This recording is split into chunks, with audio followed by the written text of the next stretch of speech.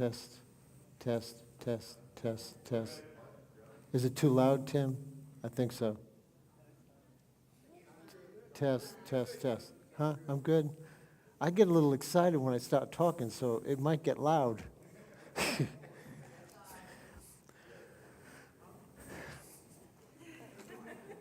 Before I do some preaching, I just want to throw some quotes out that I think are just important.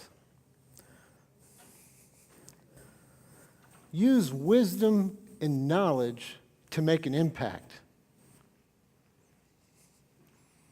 How do you use your wisdom and knowledge?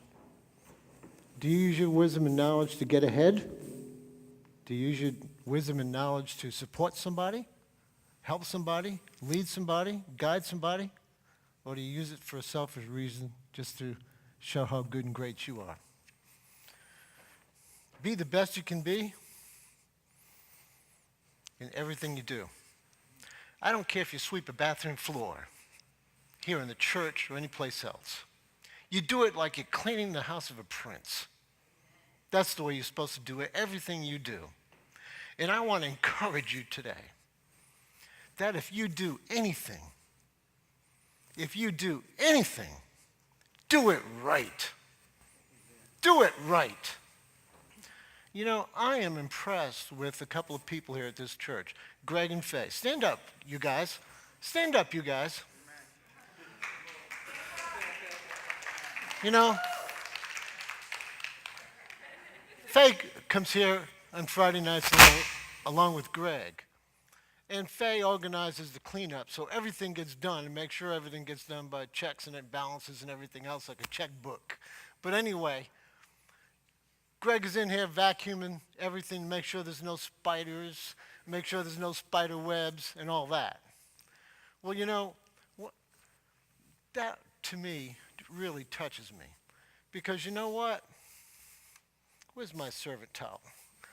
Friends, let me tell you something. Your servant towel has to be bigger than your ego. It has to be bigger than your ego. Otherwise, you're not serving anybody. You're serving yourself. So, friends, get you a servant towel and make sure it gets bigger than your ego. If it's in balance right now, shrink the ego some, get a broom and start sweeping the floor. Grab your broom. That'll shrink your ego real quick. You know, when I first started coming into this church, I came here in my food truck. I wasn't looking to make any money, but I'm always willing to serve a church. And so I came here to sell some sandwiches to people here at the church, and I came to support a church and what they were doing. I had no intention on staying. I wasn't involved in a church at the moment because I had some issues. But when I came, I said to myself, okay, Lord, this is where you want me to come. What do you want me to do? You know my skill set. 0. You know my skill set. But I have abilities. Not because I've generated them myself and not through education, but because God's blessed me. When I was a young child, most people don't know. I don't know if my son even knows it. I had a stutter impediment. Most people don't know that. I couldn't speak a sentence without having major issues. Therapy didn't cure me. I struggled with it. I hated to even speak. I tried my best to be quiet. I studied being quiet. I studied listening when I was young because I didn't want to speak. It was an embarrassment for me to speak. And then on top of that, when I did, I had a Boston accent.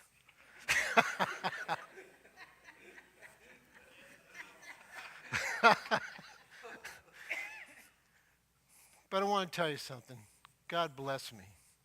I'm here tonight not to say anything personal about me, but I came to this church because I wanted to grow my servant towel. That's why I came. I decided when I came that I was going to find the lowest possible jobs to do in this church. Sweep floors, clean bathrooms, clean toilets, do anything. anything but a public position. I was not looking to speak to anyone except through communication, common communication, but I wasn't looking to teach or share in any kind of capacity. And Stan and I ministered in jails in ministry for years.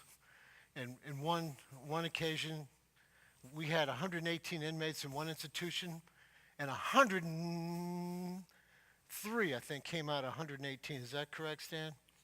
103 inmates came out to one of our services. And God blessed us tremendously through the years. And Stan, I love you, my brother, and I appreciate you very much for everything that you ever did for me. I mean that. I want to throw a few more quotes out here that are interesting because I want to get these out before I really start preaching. You know, John Wooden, some people might not remember him, but if you're a male and you're a boy and you like basketball, you'd know that John Wooden was the coach of UCLA. And he won, I think it was 7 or 8, 10, 12 championships every year. He seemed to have the best players in basketball playing for him, and he won championships.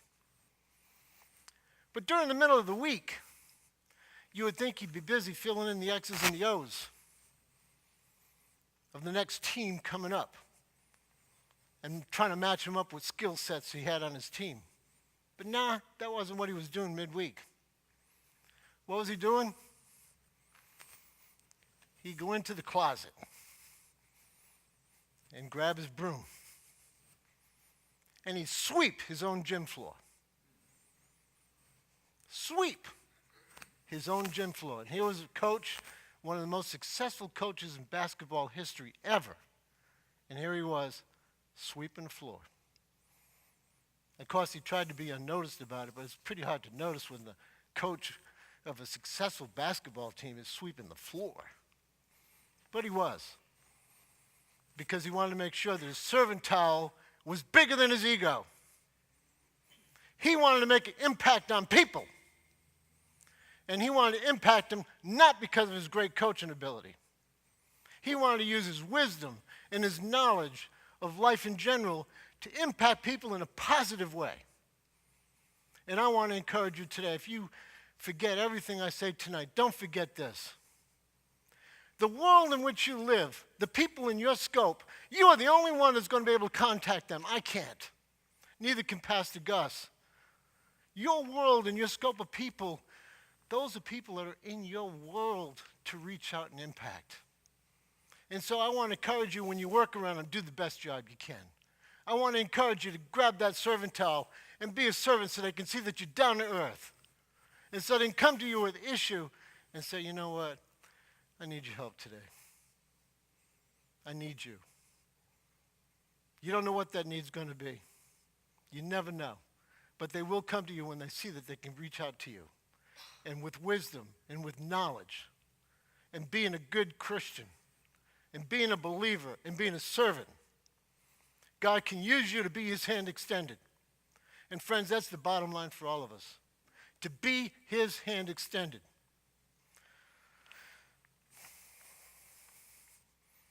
You want to make an impact in life on someone? Grab a broom. Thank you, Faye. And thank you so much, sir, for what you do here at the church. I appreciate you very, very much. And don't think that you don't move me, because you do. Every time I see you, I am impressed.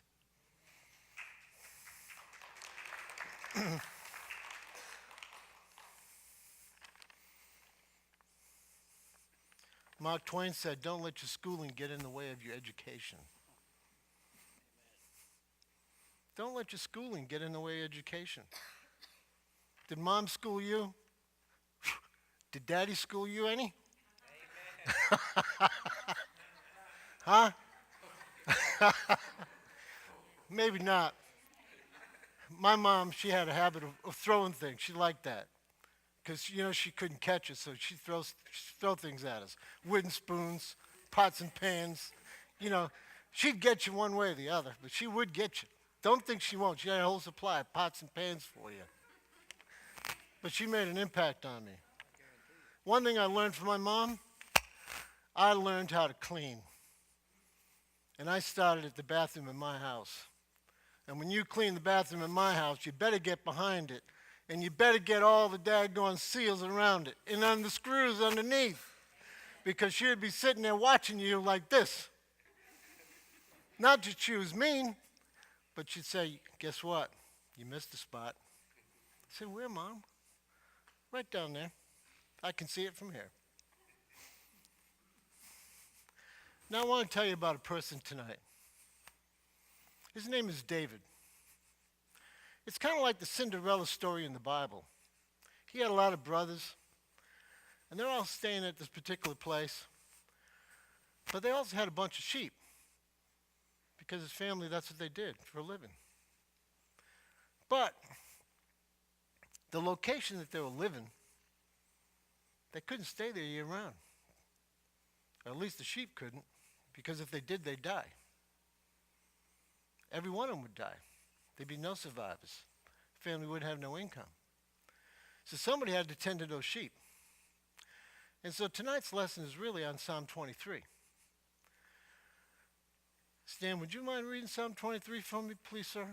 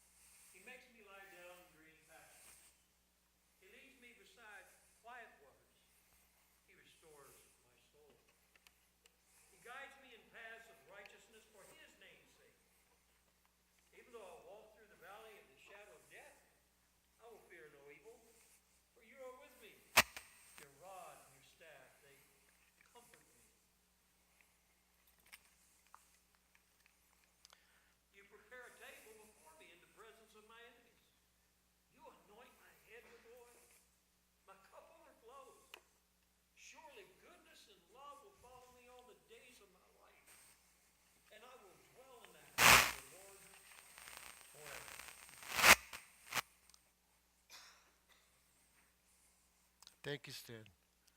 I want to key in on one verse. And it's the one that you hear all the time at all these funerals. You always hear this verse. You hear it on the radio, you hear it on the TV. You'll hear it everywhere.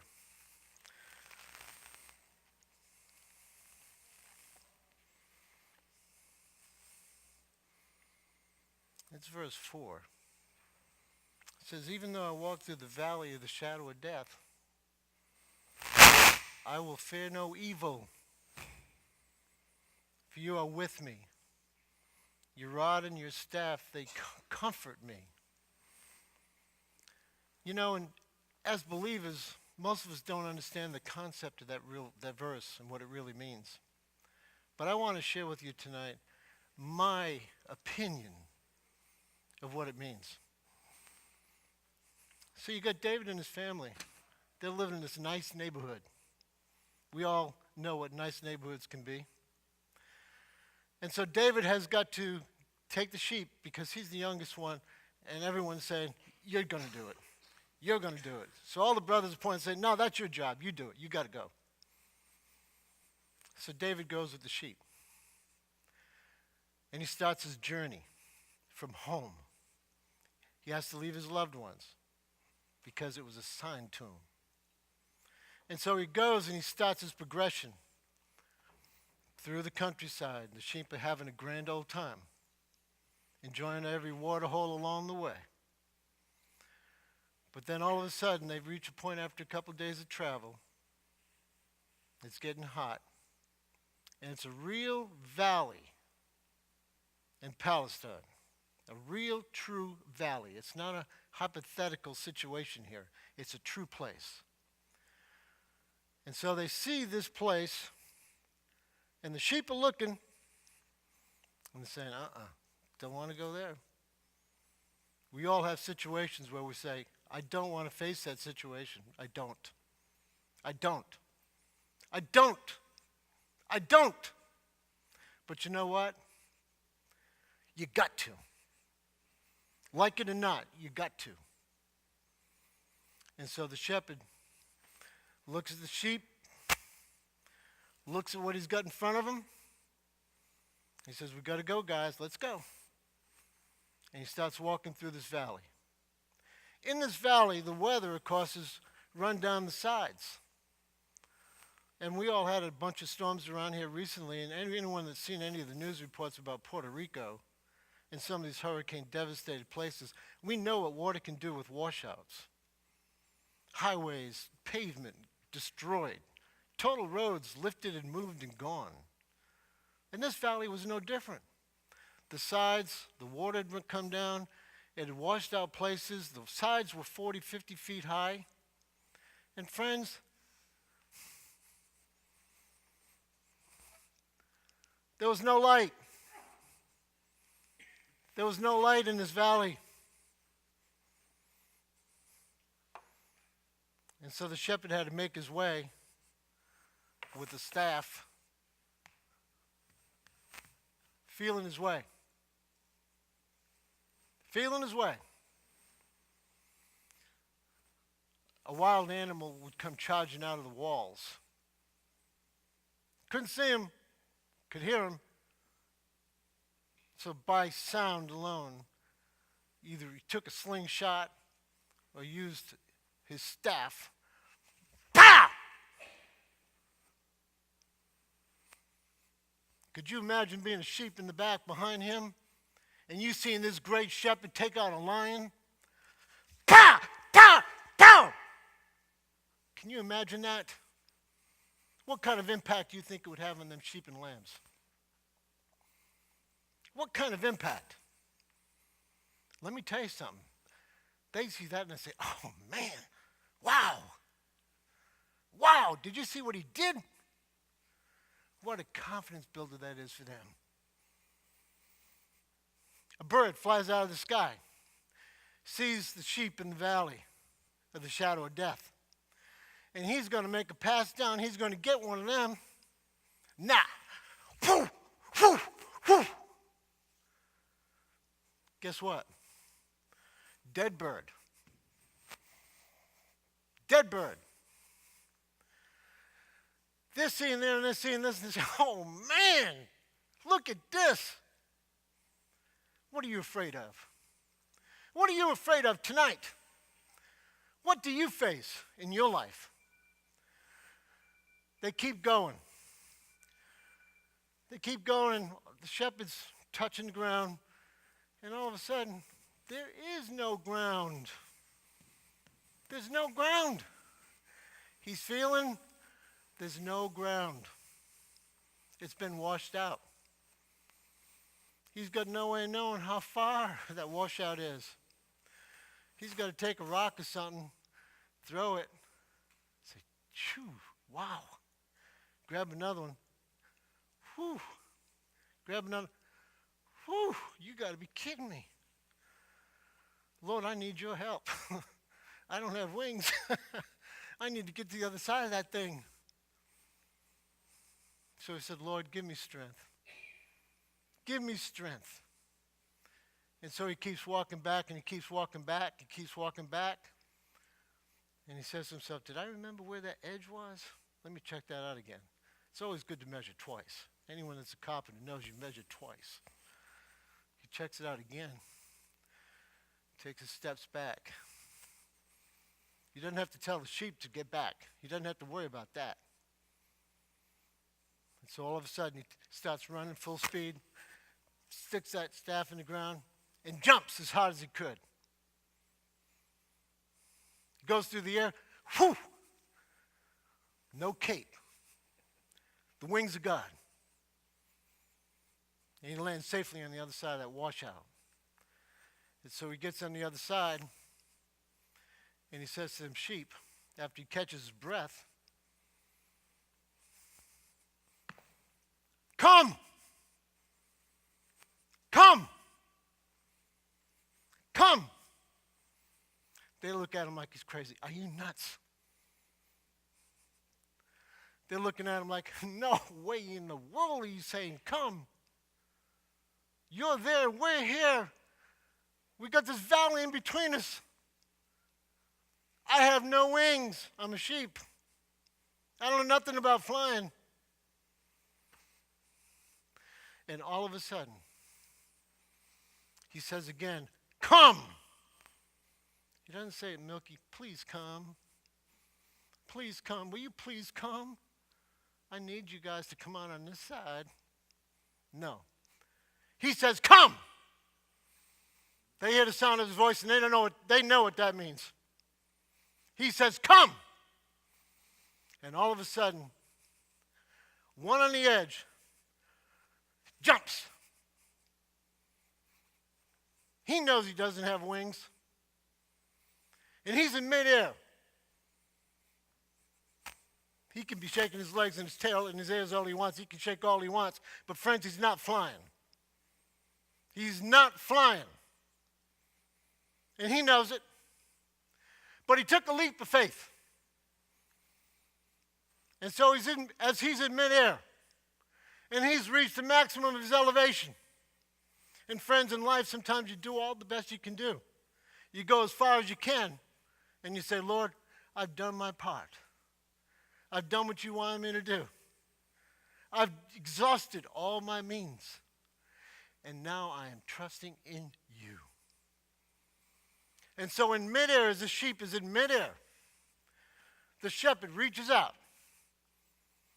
He sees that lamb of sheep getting ready to make its descent. He reaches out, twists it, and pulls it to himself. Then he holds that lamb of sheep like a trophy. I said, man, what took you guys so long? Look at this thing. Look at this little thing. Oh, man, great job. And he starts rubbing it, holding it. And says, thank you. Appreciate what you did today. You're the leader of the pack today, buddy. Puts him down and says to the rest, come. And all of a sudden, it's like a circus. They all want to jump and leap because they saw the results. They trusted in the shepherd. I want to tell you about trust. These sheep right now have gone through a little bit of a journey. They saw the lion get smashed. They saw the fowls of the air get shattered.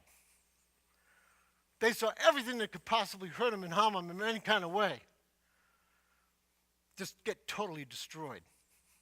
If it was a video game, it'd be nuts. They saw it with their eyes. And because they saw it, and because they had the experience, they had trust.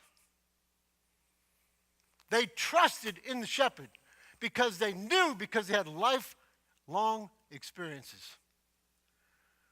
You want to see great men of faith? You find someone that's walked and trusted God for a lifetime. And let me tell you something. You have a man that has lifetime experiences. He might not have the education as far as schooling and colleges go, but he's got schooling and real education. And so here's David with these sheep. He's got their attention. He's got their attention. They trust him because they've seen and witnessed firsthand what God can do and what the shepherd can do. You know, today, we can trust in a lot of things. You trust that when you go to the bathroom in the morning that the shower or the handle for your sink is going to pour out cold or hot. And you know that to be true because you've done it so many times, it happens daily. You trust that faucet to spit out some water. Coal miners, they trust their light when they walk into a coal mine to pull their shift. This is their lifeline. This is the lifeline, is the light. Without the light, they have no clue where they're at. It's easy to lose direction when you don't have a light. Light switch. You turn on a light switch because you trust the fact that it's going to light up the room. That's why you do it. Because you've got the experience that every time you flip that switch, it comes on. It comes on. Your time is short, and I could share with you all night long. And I could have Stan come with me, and we could both share all night long. And I know your time's valuable, and I'm not going to waste it. But I want you to know one thing today. You can put your trust in a raffle ticket. You can put your trust in the lottery. Some people, when they get to rock bottom, oh, I got to go play the lottery. I got to go put $1 in the lottery. I got to win that $73 million. People do that. When they're desperate, they reach out to incredible things to try to satisfy their need. You trust your car's going to start when you put this key in the ignition. You trust this pen's going to work. If you're a workman or a secretary, you trust the tools of your trade to provide for you and to meet your needs. But I want to tell you something today. I want to tell you something today. No matter how good you are as a professional, in whatever trade or ambition you have in life, your disposition can change in a moment's time. In a moment's time, you can go from earning $120,000 a year and all of a sudden, bam, have a heart attack, a stroke, or some other kind of disability impact you in such a real way that all of a sudden, that big boat that you own and that big house that you have that has 3,000 square feet, 2 chimneys with daggone fireplaces and wood stacked up is useless, because now you're not going to be able to afford to pay for it because you've done lost it all. And you know what? I said this a few weeks ago, and it's the truth. Rock bottom is a good place to start building on. Because when you've reached rock bottom, it means you've burned out everything else you got. And when you got nothing else and everything's burned out, it's a good place for God to put you in a position to rebuild your life and to motivate you and to reconstruct stuff in a more positive way so that you can impact people and show God's grace and goodness in your life. Because, friends, let me tell you something. Do you think God saved you just to be a selfish island where everything is good? Okay, I can go to the Pacific and just live in one of these little islands for the next 40 and 50 years. I'll be fine. Don't believe that. God saved you because he wants you to use your wisdom, and he wants you to use your knowledge to impact people so that you can influence them, not by standing on a pulpit and yelling and screaming, but by grabbing a broom. By grabbing a broom and being a real person, no matter what your background is and no matter what your education level is. I mentioned John Wooden's name earlier. Here's a man that had 12 championships. He has an office, makes a ton of money. He has people working for him, a lot of them. But yet he leaves all that behind because he wants to grab his servant broom. Because he always wants to remember not to let his ego become bigger than his servant towel. Never let your ego become bigger than your service towel. I got one more statement I want to make.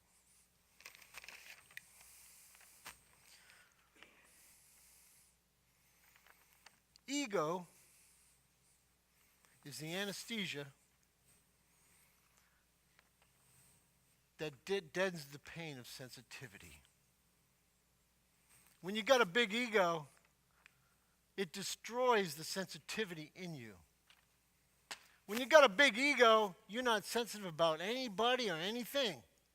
The only thing you're sensitive about is yourself. That's it. You're number one. If things don't take care of number one, I don't want nothing to do with it. If you can't move me, what in the world do I want to mess with you for? That's the nature of the world today. They will take everything they can out of you, and when they're done with you, guess what? They'll spit you out. You can work a job for 40 years and provide faithful service and never miss a day. When they get to the point where they can't use you anymore, they'll come to you. You know, we've been looking at your productivity's down. It's down. Now, can you not do the job anymore, or what? I know you got a little age on you, but can you not do the job anymore? Because I can get two 20-year-olds that'll do it a whole lot faster and a whole lot cheaper than what I'm paying you. That's the way the world is. When they're done with you, they will spit you out. But I want you to know this. When you're at your rock bottom in life, and even if you lose it all, rock bottom is a very, very good place to build. It's clean ground. No concerns of the world anymore. None. How could David do all this great stuff that he did? He could because he had a lifeline to God built on trust and communication. And through his experience of walking it every day, he had no trouble trusting God. None. I want to close with this. I'd like for everyone just to close your eyes for just a minute. Don't look around at anybody because I don't want anyone to be embarrassed. Okay? I don't want anyone to feel uneasy or uncomfortable. But if you're here today and something in this message has registered to you, and something in you has struck a chord,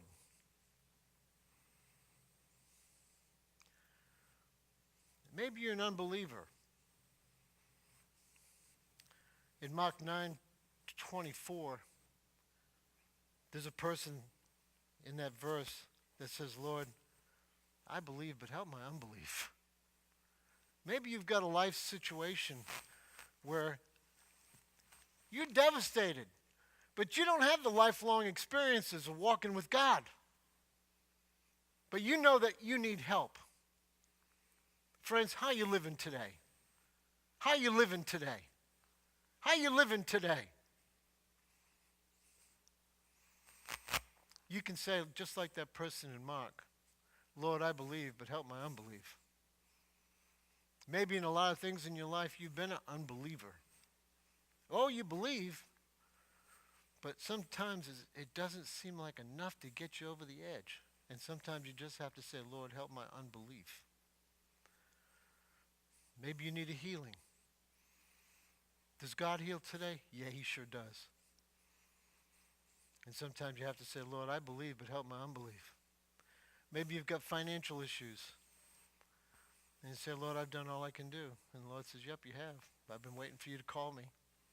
I've been here all the time, watching, looking, watching every move you make, silent listening to every conversation you had. And now you're reaching out to me. I love that. I appreciate that. And yeah, I'm here.